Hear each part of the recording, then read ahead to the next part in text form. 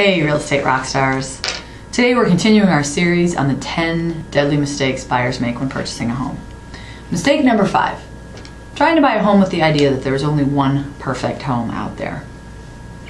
And tips to avoid it. Buying a home is a process of elimination as opposed to selection. For example, when you start your search, you're going to look for all homes in one neighborhood maybe. And as you go along and you get out, you learn more about your wants and your needs and you start to narrow the field. So when doing this, it's a good idea to take notes and make some lists.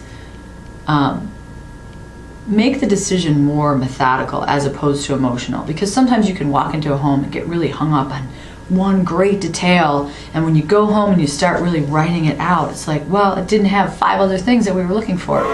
So ultimately it probably wasn't the best home for you, even though maybe it had a really great family room or a fireplace that you loved or some feature that you were just fixating on. When you really looked at the whole picture, it wasn't the best home for you. And if you went ahead and wrote an offer on that home right away, you might have buyer's remorse later. So the one tip that I can give you is to take the list and narrow it down slowly. And when you get to your 10 properties, and I think it's a good idea to have 10 properties that you would consider purchasing, and then take that list, make your pros and your cons, and narrow that list from 10 to 2.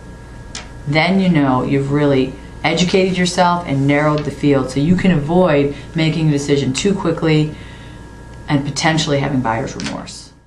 If you'd like to hear more about this concept, please call or click today, 312-621-4100, or go to americaninvesco.net.